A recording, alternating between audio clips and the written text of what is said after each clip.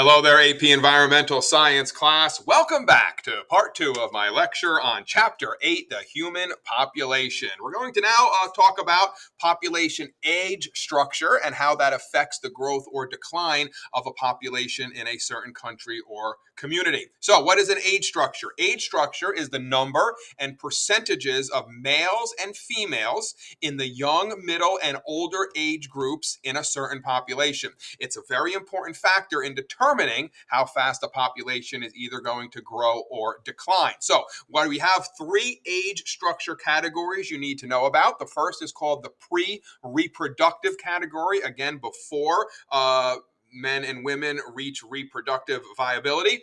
Those are the ages between 0 and 14 years old. Then we have the reproductive stages, the largest, almost the largest, I guess, between the ages of 15 and 44 years old. And then what we have is known as the post-reproductive stage of life, and that is for ages 45 years and older. So those are the 3 age structure categories that we're going to be looking at as we look at some of these age structure pyramids coming up in just a second or two.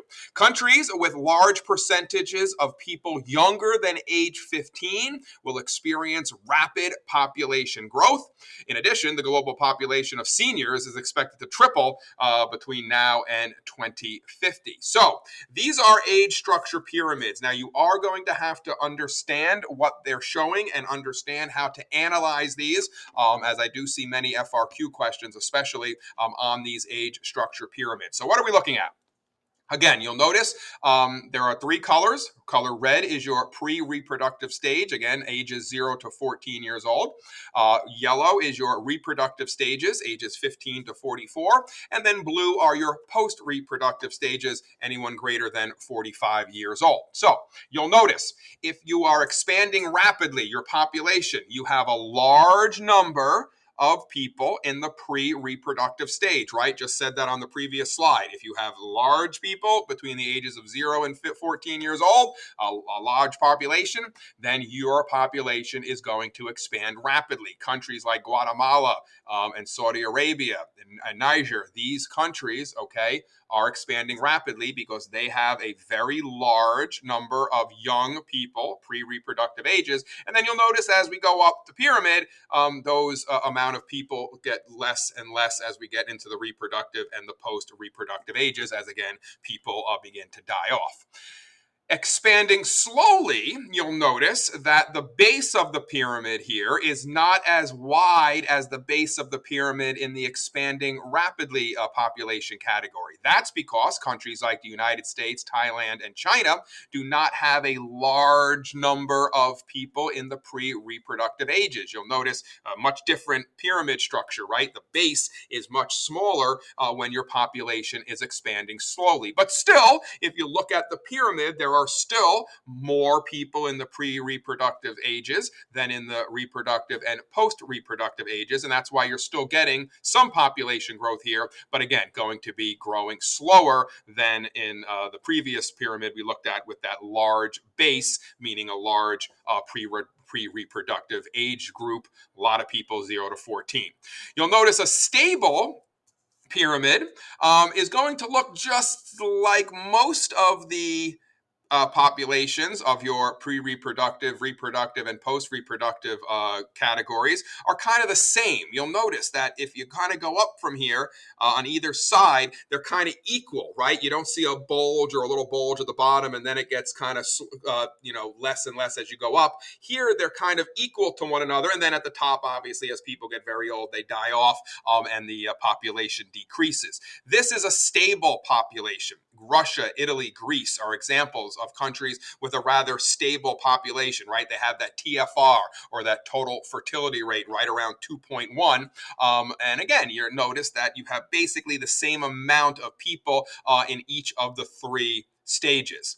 Then you have countries that have declining population, like Japan, Bulgaria, and Hungary. And what you're noticing here is much fewer people in the pre-reproductive and the earlier reproductive ages, right, than you have in the latter stages of your reproductive ages, and then into the post-reproductive stage. Let's go back to that. I apologize for that.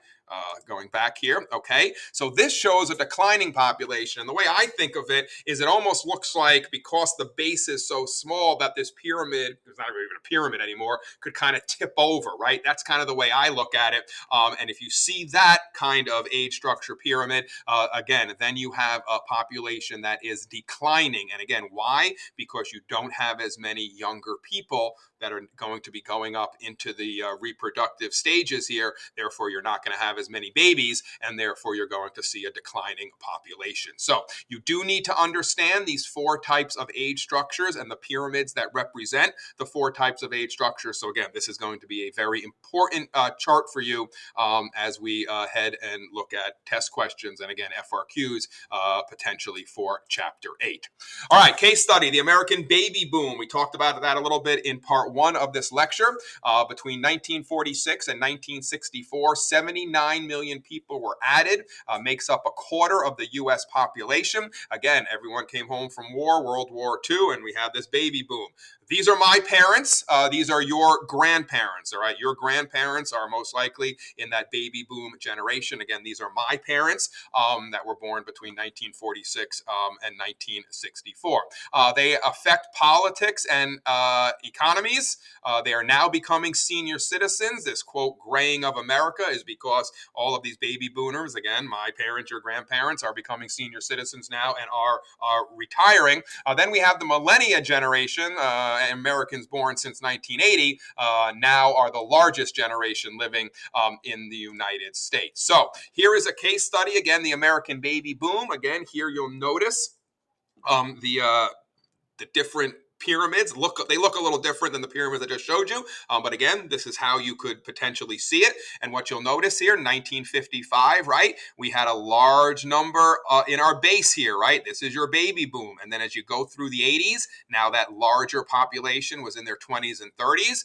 And now, kind of where we are, kind of now, 2015, we're 20, in the 2020s here. That boom or that bulge is now moving up the pyramid, and these people are now becoming senior citizens. Again, your grandparents, my parents, and then in another, 15, 20 years or so, we're going to get into the area where the baby boomers will be at the top, and they will begin to die off. So that's kind of, you'll notice that bulge going up through the years through the pyramid. That's the baby boom generation. And again, we can study and analyze these population pyramids and kind of be able to track these booms or these busts in population growth. So once again, just looking more of this, you'll notice in the 1950s, again, here was our population, had that wide base, so the population grew rapidly. 2010, 2015, you'll notice the base is still rather wide here at the bottom, but also a little bit wider in the middle as well. And again, looking back at the chart a couple of slides ago, that would show, again, a slowly increasing population, not rapidly increasing anymore, and that's kind of where we are now going through the next 10, 20, 30 years or so here in the United States.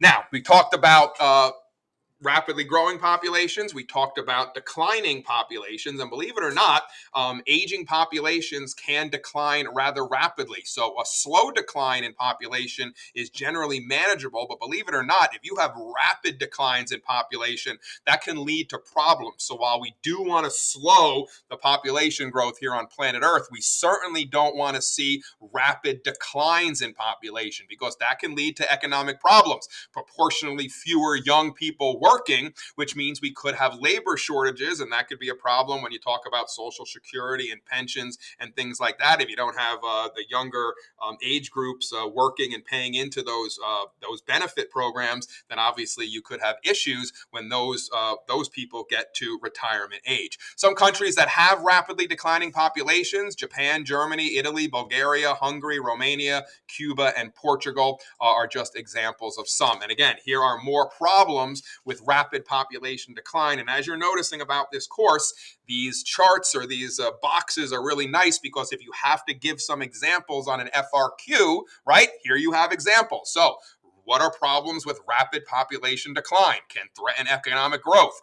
labor shortages, less government revenues with fewer workers, like I was just talking about, less entrepreneurship and new business formation, right? You have less of that with less people, less likelihood for new technology development, increasing public deficits to fund higher pension and healthcare costs like Social Security, like Medicare, things like that. And again, pensions may be cut and retirement age may have to be increased if you have a rapidly declining population. So again, while we do want to slow population growth down, we do not want to see rapid declines in population because, again, that can lead to other problems.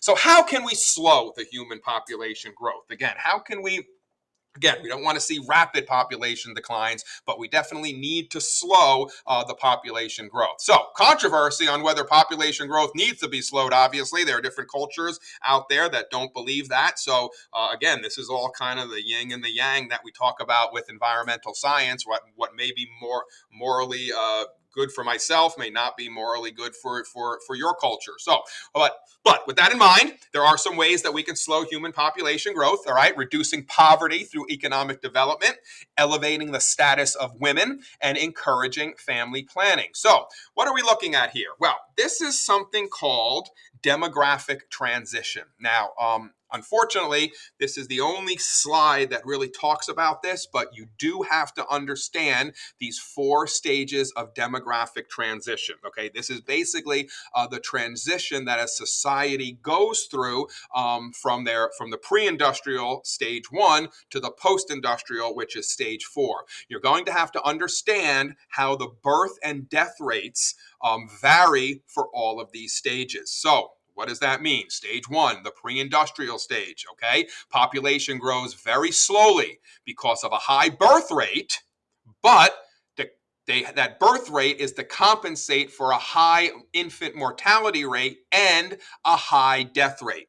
So, pre-industrial stage 1, you will have a population pyramid that is the expanding rapidly period where you have a lot of people in the pre-reproductive stages, much less people in the post-reproductive stage. Okay, so what you see here, right, total population kind of stays rather low because, again, you have your birth rate kind of staying high, but your death rate is also very high in the pre-industrial stage because you don't have in that stage medicine, running water, things like that to help people live longer. Okay, and for pre-industrial, you can think of the United States before the Industrial Revolution, right? 1700s, early 1800s. This was the United States. Then stage 2 is called the transitional stage, right? This population grows still rapidly because the birth rates remain high, but the death rates begin to drop because of improved food production and health. So you can think of the late 1800s, maybe, kind of the middle to late 1800s in the United States. We were in the transitional phase. So your total population here begins to increase because even though the birth rate stays high, like in the pre-industrial, but your death rate now begins to drop in the transitional because, again, you're getting improved food production, improved health, sanitation, things like that medicine, better medicine, etc., that help people live longer. So, stage 1, slow population growth, high birth and death rates. Stage 2, transitional stage. Your birth rate stays high, but death rate begins to drop, and so your total population really begins to expand. Then we get to stage 3, the industrial stage. Population growth slows as birth rates and death rates drop because of improved food production health, but now also education and beginning to empower women, right? As we went through the Industrial Revolution or the industrial phase here in the country, late 1800s into the 1900s, right? Not only did you see the death rates stay low because of that improved medicine, that improved sanitation, that improved food production, but now the birth rate begins to drop because we're empowering women. Women are getting out into the workforce, right? We're having education, family planning, things like that cause the birth rate to drop. So then in the industrial stage, you kind of get into more of this, stable kind of a population pyramid where, again, the population is still growing a little bit, right? But maybe not growing as fast. So you're kind of actually going from the expanding slowly to the stable, kind of in this transitional to industrial stage 2 to stage 3 phases. Then we get to stage 4, which is the post industrial. Population growth levels off and then may even decline as your birth rates continue to drop and your death rates continue to drop as well, or your death rates kind of stay stable with the birth rates dropping below the death rates. That TFR goes under 2.1, right? Total fertility rate, which is the replacement rate, 2.1. We talked about that in part 1 of this lecture. And so then you get a population pyramid that looks like this, right? Where you have not as many young people, more older, and that is basically a population that begins to decline. So please understand, stage 1, stage 2, stage 3, stage 4. Know what they're called: pre-industrial, transitional, industrial, post-industrial. Understand, in stage 1, population is low, or growth is low, because birth and death rates are high. In the transitional stage, your population begins to increase because the birth rates stay the same, but the death rates begin to drop. Then in the industrial area, your industrial stage, your birth rates, your population continues to increase, but begins to slow a little bit as your birth rates begin to drop towards that death rate. And then in the post-industrial stage 4, population either stays stable or begins to decline because your birth rate is dropping below the death rate. And again, why does that happen? Empowering women, women getting out into the workforce, education, less poverty, things like that. Okay, so please, another very important slide. Understand what's going on here with this demographic transition. So again, just what we talked about: as countries become industrialized, poverty declines, populations then tend to grow more slowly. Threats to countries making a demographic transition could be extreme poverty and war, and environmental degradation and resource depletion could prevent countries from going through all 4 stages, and maybe will cause them to stop at one of the previous stages in that demographic transition. So we now talk about one of the main ways that we can slow population growth on this planet, and that is by educating and empowering women. Again, here in the United States, this may seem very foreign, but in many other countries and many other cultures, women are still in the home, quote unquote, right? Their jobs are to have babies, raise the family, do those domestic sort of things. And so if we educate women, allow women to earn their own income, society doesn't suppress women's rights, well, then women tend to have fewer children.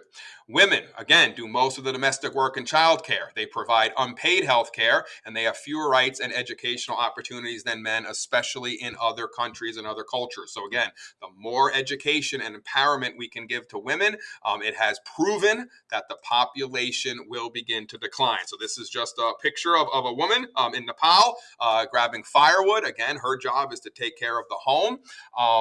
But if we can get her out of the home and maybe into some sort of career, right, that then shows that women will have less children, and that could slow the population growth. In addition, family planning. What are family planning benefits? Well, reduce your unintended pregnancies, births, and abortions. Better maternal and child health care. Reduces the rate of infant mortality if you have family planning, which is just education, right? And there are financial benefits. Problems: you have lack of access to voluntary contraceptive in many countries. And again, in many countries and cultures, you have child marriage customs. You get married very early so that you can start having all these children. So again, if we can educate, get into some of these other cultures and countries, and look, not change their culture, but maybe explain to them that with some of this family planning, by empowering women, that you can have less children and then basically live a better life. You and your children can have a better life if there's potentially less children involved. So these are kind of the things we're grappling with. But again, there's always a moral other side to this, right? Because some cultures want to have a lot of children. That's part of their culture. So how do you tell that culture you can't have the children that your culture wants you to have. Again, these are the dilemmas, the moral dilemmas that come with environmental science, and why this is a tricky subject in many instances. Looking at a quick case study here, population growth in India. India, a very populous country, obviously, and their population continues to grow rapidly, 1.31 billion people in 2015, but major problems because of that in India. A lot of poverty, a lot of malnutrition, and a lot of environmental degradation. Causes: most poor couples want many children, right, to get out into the workforce to help, or help maybe bring money back to the family. In addition, there's a bias towards having male children in the Indian culture. Only 40% of couples use modern birth control methods in India, so under half of the population. And again, this is causing that population increase. So you'll notice India 2010, India 2035. You'll notice how we have a large kind of, this male and female left and right, but you'll notice in that pre-reproductive stage, that large base, which is going to mean a rapidly expanding population, which is what we're seeing. But you'll notice in 10, 15 years or so, that population now is going to be middle-aged, right? And as that population boom goes through now the country of India, they're going to have a lot more older people coming in the next 40 to 50 years, and that could lead to other major issues in that country because of that population growth. And one of those problems could be homelessness. This is a picture, unfortunately, tough to see, obviously, of homeless folks in the country of India currently.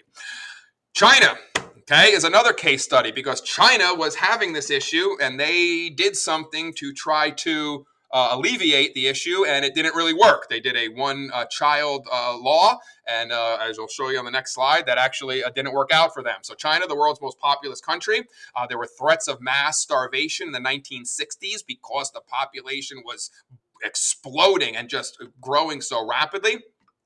Because of that, the government established strict family planning and birth control programs in 1978.